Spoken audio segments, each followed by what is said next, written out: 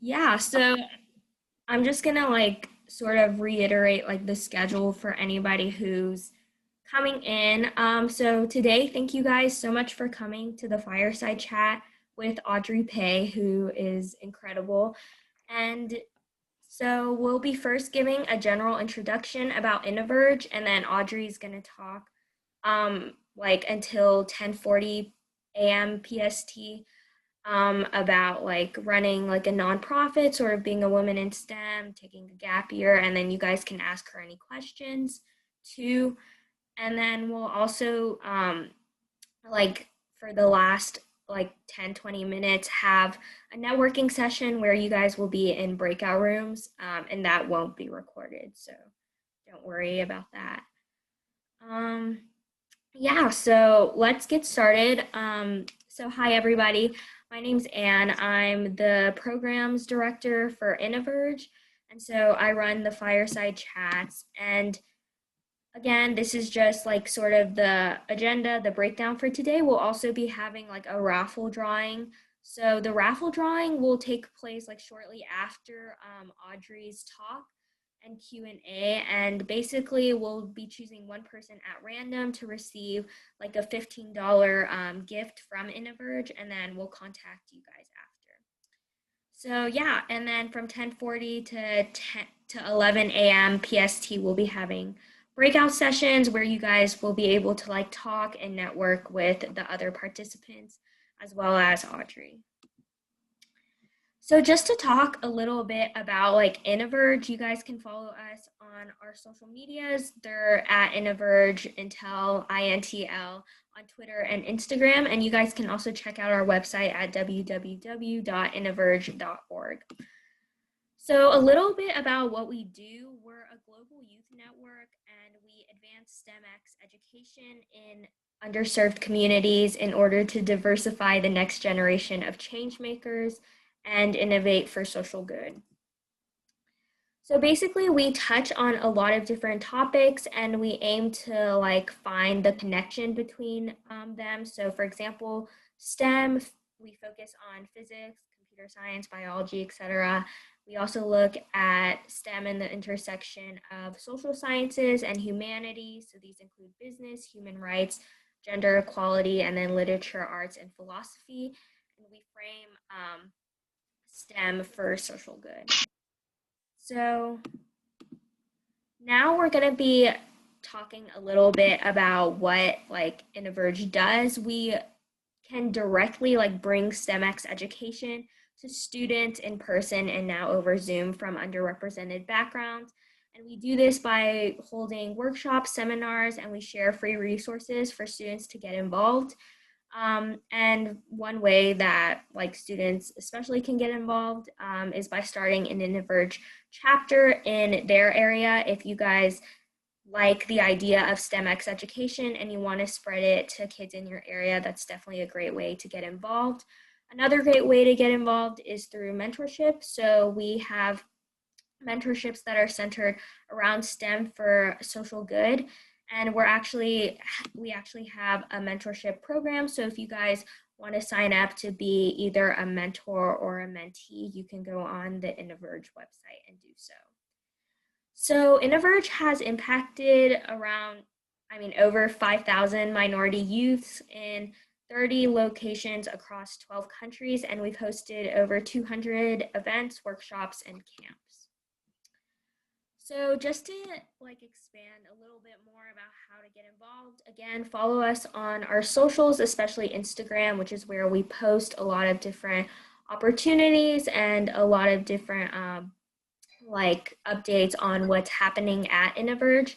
Also subscribe to our newsletter. The newsletter is a really great way to get informed about not only what's happening in Innoverge, but also like different scholarships, different opportunities outside of Innoverge that you can apply to really get involved with what you're passionate about.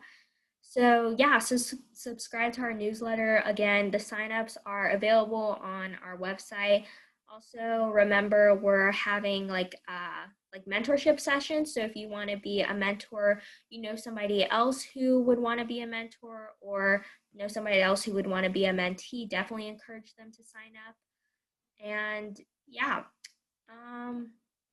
so I think that's all. Also, again, regional directors is a great way to becoming a regional director is a great way to just spread Innoverge to your local hometown and where you live. So yeah, now I guess we'll get started with the talk from Audrey. So I'll stop sharing my screen. Hi, everyone. And again, thank you so much to Anne and Archika for having me. Really excited to be here to share my story and answer some questions if you have any. So my name is Audrey Pe. I'm the founder and executive director of WiTech, which is short for Women in Technology. I'm also currently a freshman at Stanford, where I'm calling in from right now from my dorm. I don't know if you can see the whole setup I've got going in the back. And I am a prospective science, technology, and society major. I say prospective because we don't have to declare our majors here until our second year. But for sure, I want to do something interdisciplinary with the intersections of STEM and the humanities. So what is WiTech? WiTech is a nonprofit organization that aims to educate, inspire, and empower youth to break gender barriers and use tech to make a difference in society. I founded WiTech when I was 15, a sophomore in high school back home in the Philippines, where I was born and raised. And overall, WiTech really aims to help close the gender and accessibility gaps in technology. But how did I get here? How did I start this nonprofit journey and somehow end up leading a team of 150 amazing youth from 6 different countries around the world? Well, my story really starts in middle school computer classroom.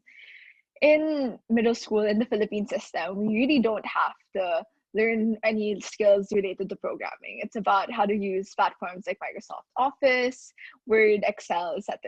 And this is part of the national computer curriculum that my school at the time offered. I didn't really make much of technology, in all honesty, until one day my teacher decided to go completely off curriculum as she introduced us to this game where a snake had to navigate a maze using blocks that represented lines of code.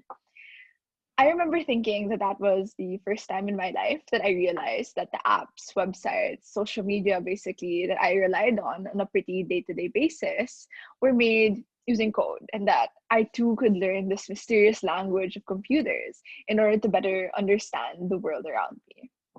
When I asked my teacher if we would be learning more about programming in the future, she told me that it isn't, unfortunately, part of the Philippine curriculum. So no, we wouldn't be learning programming further in class. But she said I could go online and look up a bunch of free CS tutorials and learn from there. And that's what I did. For the rest of middle school and early high school, when I wasn't studying or doing other extracurricular activities, I was at home in front of my laptop and quite literally Googling how to learn how to code, free computer science tutorials. And in that process, I discovered so many resources like code.org, where I had Anna and Elsa create snowflakes using blocks that represented lines of code. I went on Codecademy, where I learned HTML, CSS, basic JavaScript, basic Python. And I found Harvard CS50 tutorials all online and recorded for free on YouTube. It really amazed me how much was available. There was, in fact, like an oversaturation almost of resources to learn how to code online. And it seemed that it was just up to me to be able to take the initiative, to take advantage of them. Fast forward to my first year of high school, my freshman year, and I'm pretty sure that you all recognize the feeling of like this extra pressure, I think, that comes with entering high school. I started being asked all these questions like, what do you want to be when you grow up? What majors do you want to apply for? What schools do you want to apply for? What career do you want in like 5 to 10 years? And in response to a lot of those very scary questions about my future, I said that I'm considering a career in technology. To that, I was met with a lot of mixed responses. My parents said I love the bits and pieces, like both don't have any experience with tech and that they both were business majors and former bankers. So they didn't know how to guide me. My peers were surprised because I was the only girl in the entire grade that wanted to go into tech. And I was one of two that wanted to go into STEM as a whole, the other girl wanting to become a doctor.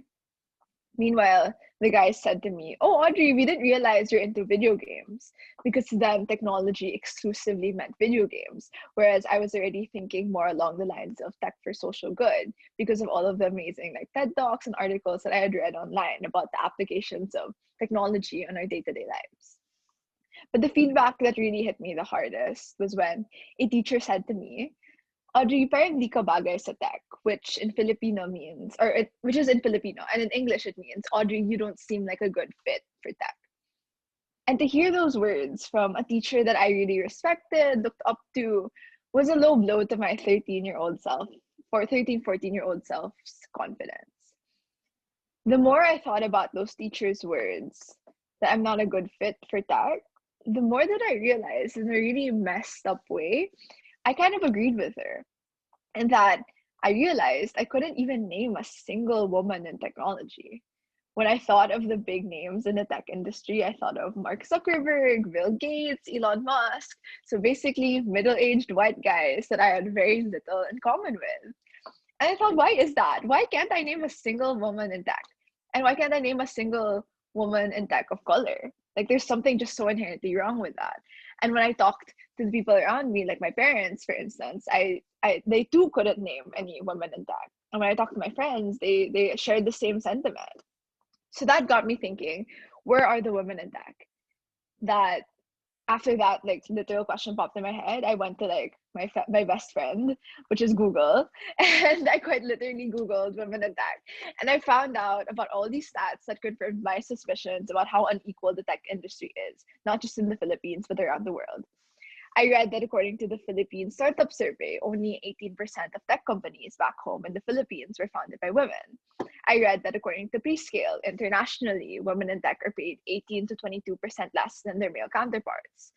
So I'm reading these statistics in my bedroom, really thinking about like how unfair everything is, and how in hindsight, I feel like looking back, I could have easily thought, okay, I'm young, I'm a sophomore in high school.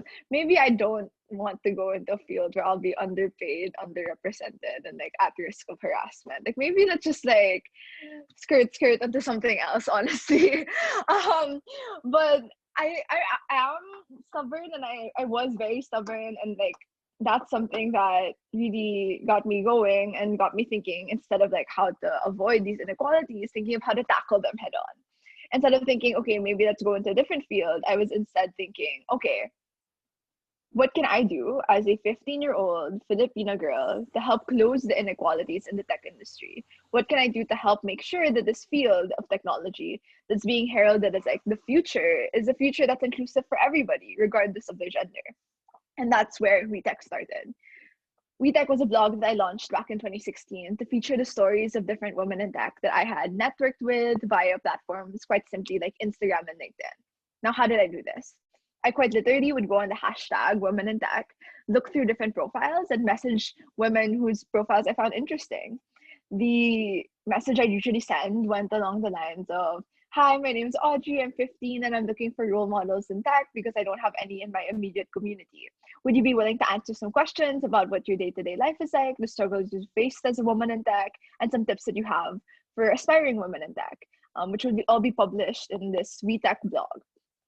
To my surprise, so many women that I had literally never spoken to before enthusiastically wrote me back and said that they'd love to be interviewed. And I discovered that many of them were so enthusiastic and so honored to be featured because simply they had never been asked to share their stories before. One of my favorite interviewees in the WeTech blog is named Alison Falk, and she is a former user experience developer and part-time model who just got her, if I'm not mistaken, just got her master's in cybersecurity last year. Alison is amazing because she talked about the double standards that she faces, the difficulties of being a model and a woman in tech. And she taught me a lot about how being feminine and being good at technology aren't mutually exclusive. Because prior to meeting her, I kind of had this stereotype, unconscious stereotype in my head, that in order to succeed in tech, you have to like look and dress a lot like maybe like Sheldon Cooper from The Big Bang Theory or something. And Allison like completely proved me wrong. She taught me that in order to succeed in tech, like you don't have to be anything less than yourself. So that's something that I learned from one of our interviewees at WiTech. As much as I enjoyed like writing these articles and interviewing and networking with so many amazing women from around the world, so we ended up interviewing women from over 6 different countries in that first 1 to 2 years. I had this feeling, that this nagging feeling, like, is this enough? Like, is this actually doing anything to close the gender gap in tech? The word inspiring was being thrown around a lot. Like, oh, these women in tech are so inspiring. These articles are so inspiring. But that got me thinking, like, what good is inspiration if it doesn't lead to action? Take, for example, the climate action movement. Like, we can talk a lot about like how inspiring like Greta is, or like how inspiring like the young climate activists are. And we can share like quotes and like posts on our like Insta feeds about sustainability. But unless we actually like change our lifestyles and do something to help make our world better, like nothing is going to change. And that's the same thought that I applied basically to WiTech. Like, how do we take inspiration and turn it into action? And how do we not just inspire more young girls to go into tech, but really give them the resources and the community, the support system to do so?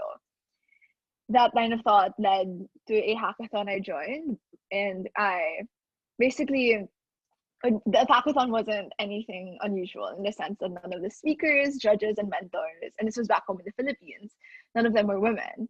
And I grouped together with a very like small group of other teenage girls that were there, and I started ranting a bit. I said, why is it that like every event we go to is like this? Like, why aren't the adults doing something? Basically, like, why aren't there more diversity and inclusivity initiatives being pushed forward? And it got to the point where I said, you know what, why don't we just start our own conference geared towards diversity and inclusivity? Let's make it like a women in tech conference. Because at the time I was seeing all these posts about Grace Hopper, like the biggest, I think, women in tech conference in the world based in the US. And I just remember thinking like, oh my gosh, I wish we had something like that here in the Philippines or in Southeast Asia at least.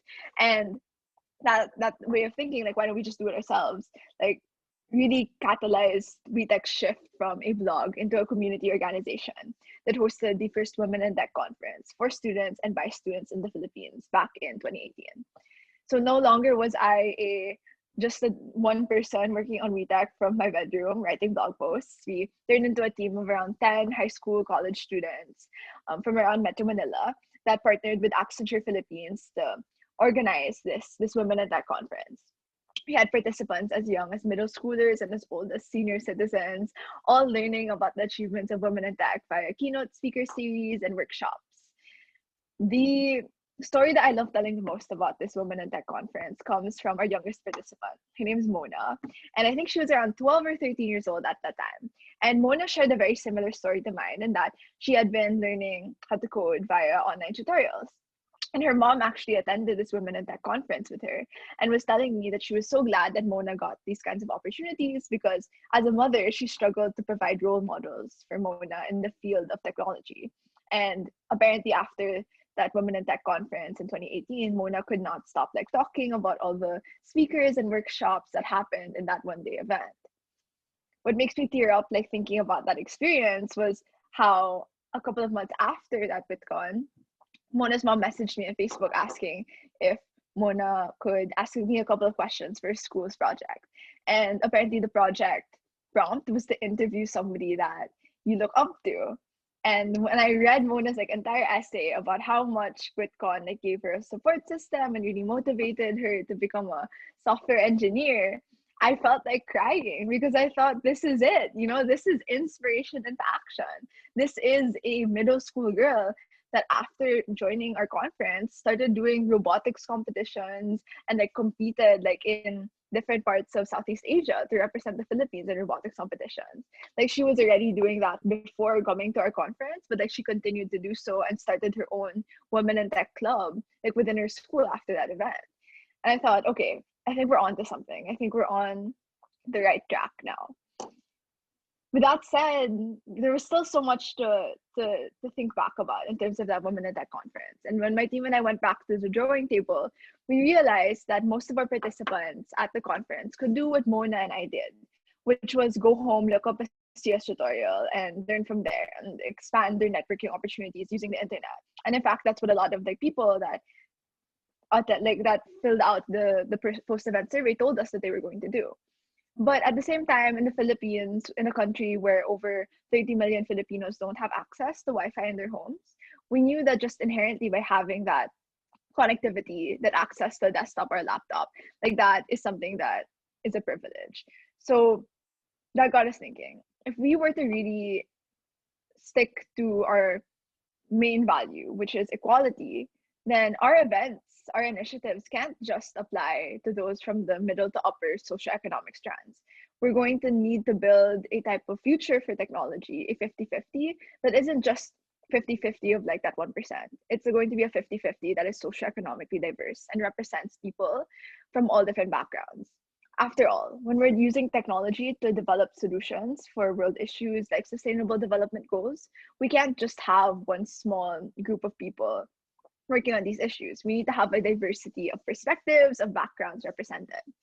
And in the Philippines, we just knew inherently like how unequal a lot of the opportunities are distributed, especially in the cities as compared to like the provincial areas.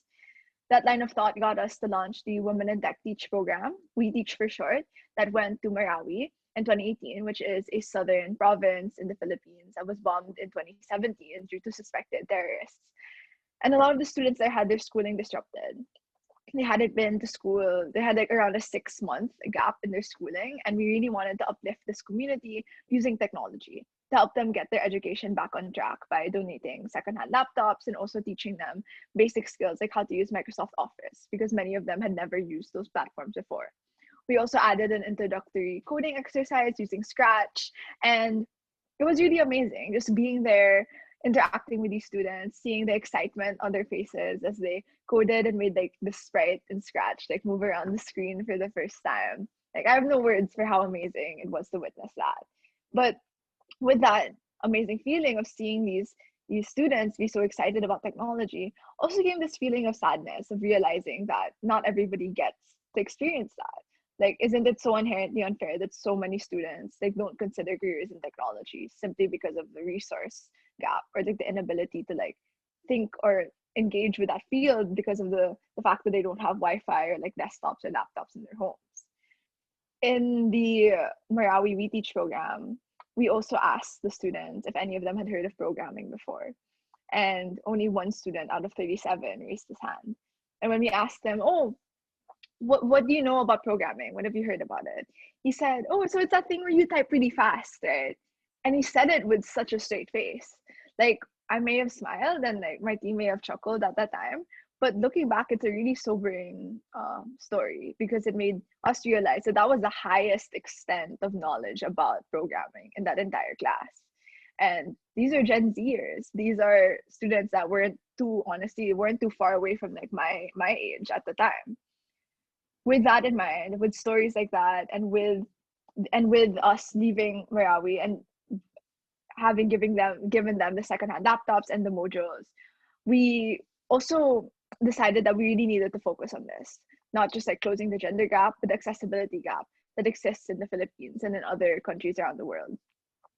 With that, we decided to shift into not just building a 50-50 tech industry, but really building this future where all youth, regardless of their gender or socioeconomic status, have access to technology and the potential to use it for social good. At WiTech, I'm really proud to say that we now have been able to teach over 100 students how to code and use platforms like Microsoft Office and computer literacy programs for the first time. We've impacted over 1,100 students through our events, mainly our Women in Tech conference, but also our Women in Tech Roadshow, which is this speaker series that we did pre-COVID-19, where we went to different public and private high schools and middle schools, and we talked about careers in tech and what they were. Simply because in the Philippines, there's still very much a stereotype that if you want to become a person in STEM, like you just become like a doctor or an engineer. We wanted to diversify those mindsets, and we were able to go to different schools and talk to students like as young as like 11 years old about what technology is and like how you can be part of this really exciting future. Overall, this journey with WiTech has been really crazy. I took a gap year to work on it for a year to stabilize operations in the Philippines so that when I got here to Stanford, things would run smoothly. We have an amazing WiTech Manila head named Jessie Dugrano that supervises all operations in the Philippines, whereas my focus has shifted onto our chapters. We have 14 different chapters from around the world, from 6 different countries, and I work with a close team of chapter coordinators and managing those. We have different events and initiatives per chapter. For example, our India chapter just had a virtual hackathon. Our chapter in Liberia is doing workshops. Our chapter in New York is going to do a Women in STEM speaker series. There's a bunch of different initiatives, but all of them are all geared and centered around that principle of equality and making sure that the tech industry that we're seeing grow, that we're seeing heralded as the future, is a future that's accessible to everybody, regardless of their gender or where they come from. So that's what WiTech stands for, that's what I stand for, and I'm really excited to see what you guys think and if you have any questions for me. So thank you again, and looking forward to hearing back from all of you. Yeah, thank you so much, Audrey. That was a really great talk. Like, I know I like definitely learned a lot from it, and yeah, it was really great. So if anybody has any questions for Audrey, you can either unmute yourself or you can like type it into the chat, and then either we'll say it or Audrey can just read it.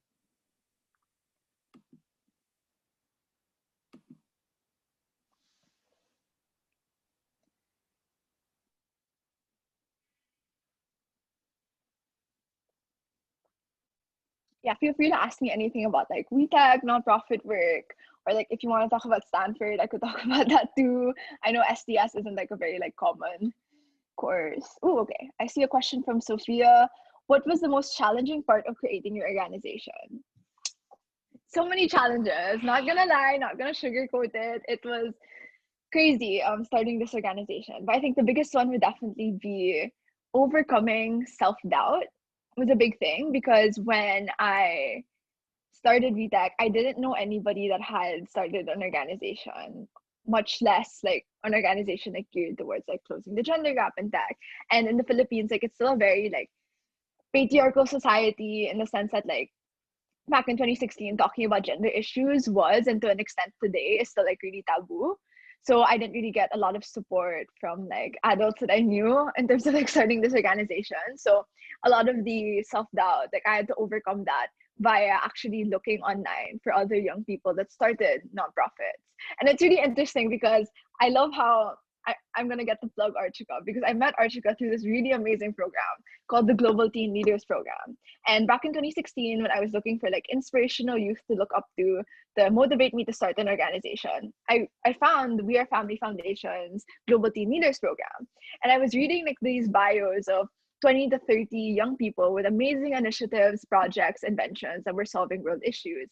And I was so motivated by their bios that I thought, okay, if these guys are doing some really crazy, amazing things, and they're also my age, and they're also from around the world, like I should be able to start WiTech. Like I am going to like take the leap and start something.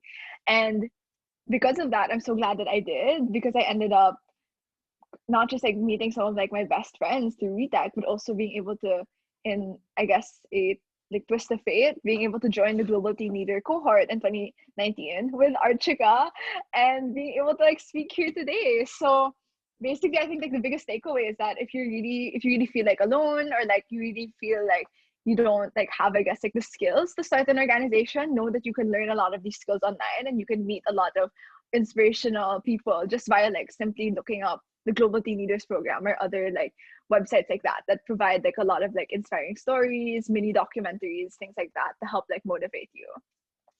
So yeah, that's how I overcame self-doubt. Next question is, oh, okay, what did a day on your gap year look like? I love this question. Thank you, Archika. So my gap year was kind of crazy in the sense that I like to think of it as like pre-COVID and like during COVID. And pre-COVID, so I really took the story behind my gap year was that I was really stressed in high school. So I was so busy like working on WiTech stuff, and then working on like a full load of like IB, and I was doing extracurriculars in school. And for those of you that aren't familiar, so I did the IB program, which is called the International Baccalaureate. And it's a pretty rigorous like pre-college program in which if you score like high enough on like your higher level subjects, you can get college credits. So it was a really intense program, and there were so many days in my senior year where I would just get 4 to 5 hours of sleep because of how like much work I had to do. Usually I'd go to school, then I'd go to an event for WiTech or hop into a couple of calls for meetings, and then I'd do my homework, and then I'd work on college apps. So that resulted in a lot of sleep deprivation. It wasn't a fun time. And I honestly had moments in my senior year where I would just like, I had a favorite like bathroom stall in in my school to cry in whenever I was stressed. Like it was that bad. And when my parents saw that, when they saw how stressed out I was, they said, like, do you want to go on a gap year to like work on WiTech first? Because they didn't want me to go straight into college and like not fully live the college experience because of how much work I had to do with WiTech. And I'm so glad that I did end up pushing through with my gap, because before COVID hit, I was doing a lot of really fun like presentations. I got to travel to different parts of the Philippines as well as like Bangkok and Portugal to speak at like different fun, cool tech events and also like entrepreneurial events. And these are things that I wouldn't have been able to say yes to had I not gone on a gap year. I think another really great thing about my gap is that on a day-to-day basis, like no 2 days really look the same. But as a whole, like pre-COVID, it was usually like me giving a presentation, whether it was like online or in person, going on calls with my team, coordinating with our different chapters, coordinating with our Philippine operations, and also doing a lot of grassroots initiatives in the sense that before COVID hit, like we were able to go to a lot of schools around the Philippines and like teach basic CS skills, basic tech literacy skills, and I just love like every moment of my gap. And I really think that if you have like a plan for what you want to do or like just an idea of like something maybe you want to start, like doing a gap year is, I think, a good option. And then during COVID, like it was a lot of calls, a lot of coordinating with different organizations. I handle like a lot of like the partnership side of WiTech, so that's been really fun as well. And I think like before I hop onto the next question, it's also really important to note that like I wasn't all like work, work, work. During my gap year, what was really great is that I was able to like manage my own schedule and make time to like hang out with my parents more and like watch movies and like read books that I had just like lying around that I hadn't touched in years. So the beauty of the gap is that it's really what you make of it, and like it's up to you and how like motivated you are to really like schedule your time and your tasks. So let me know if anybody's considering a gap and wants more advice about that. So the next question is, who is your biggest role model? Ooh, so I really love this question, and it's because I'm thinking like so many like women right now, and like I'm having a hard time choosing. So I'm just going to say like a couple of names. On a really cheesy note, like I really look up to my mom, and I feel like that's something that a lot of people say, but I really mean it, because my mom, she came from this provincial part of the Philippines called Bohol, and like not a lot of people get into like top universities like from that province. And at the time, like I think she was like one of like two people in her like entire like province and got like study in Metro Manila, which is the capital. So her like drive to do that, and at that time, like my mom went to college at like 16 years old, because that's how the Philippine like education system is structured. So imagine being 16 and like moving like from the province all the way to like this huge city to learn and to be really like, and to take advantage of like all those opportunities. So my mom is somebody like, her work ethic, her grit, I really look up to that. And yeah, and like she just has been so supportive of WiTech, and she never made me feel like I was crazy for wanting to start something like WiTech. So I look up to her, and I also really like I actually have her book with me right now. I'll just grab it. I really like Reshma Saljani. She is incredible. So she's the founder of Girls Who Code. And I remember watching her TED talk about how more girls should be taught to be brave, not perfect. And that really resonated with me, because I feel like so many of us, like teenage girls especially, are made to feel like we have to have it all together and like we can't make mistakes and stuff like that. But Reshma Saljani's TED talk really like taught me that like it's okay to make mistakes. It's okay to mess up, and it's okay to like take risks, especially since like starting an organization, maintaining an organization is really all inherently about like taking risks and working things out, and like basically like trial and error. So that's another person I look up to. I really admire Ruth Bader Ginsburg. May she rest in peace. I was so sad to hear about what happened. And her book is also really great. Her memoir, In Her Words, Ruth Bader Ginsburg. It's another really good book if anyone here is interested in like reading more about her life, her legacy, and the work that she's done in furthering gender equality. So yeah, those are some of my role models. Yeah, so Okay, so probably sorry. Oh yeah, we can probably just go like 5 to 7 more minutes for this Q&A session, just so we like don't like run over time. Okay, no problem, no problem. I'll just go by like some of the questions like really quickly. I don't want to miss out on any. So somebody private messaged me to say, um, oh, thank you for enjoying the presentation. So somebody asked, how are you finding Stanford? Okay, so it's really crazy. Just for context, a limited number of undergraduates were let back onto campus for the fall. And because I'm an international student, I was given permission to move onto campus. We also have some people from the US under special circumstances, and we have athletes as well on campus. So it's been crazy. Like before, like I had never been to Stanford like prior to applying, and through my gap year, I also wasn't able to visit. So it's just incredible like being here. It sounds really cheesy, but like I wake up each day and I think like, how am I here? You know? And it just it's just quite an exciting feeling to wake up to it, I think. And it's something that really motivates me to get up like as early as like 7 or 8 a.m. sometimes just to be able to like make work calls like in the Philippines. And I thought it was gonna be difficult because of the time difference, but like overall, I think there's just something about, and this also sounds really cliche, but there's something really about the people and like the energy here that just like motivates you to like work and like do your best. And all my professors are incredible. I'm taking classes with 3 like full-time professors that have taught for like over 20 years. So that's really crazy. And like one of those classes has like 6 people. So there's a lot of like interaction with the professor and just like beyond words. And I'm just like really happy to be here. So thank you for asking. Um, the next question is, what inspired what inspired your stubbornness? What was one thing you always thought of that kept you going?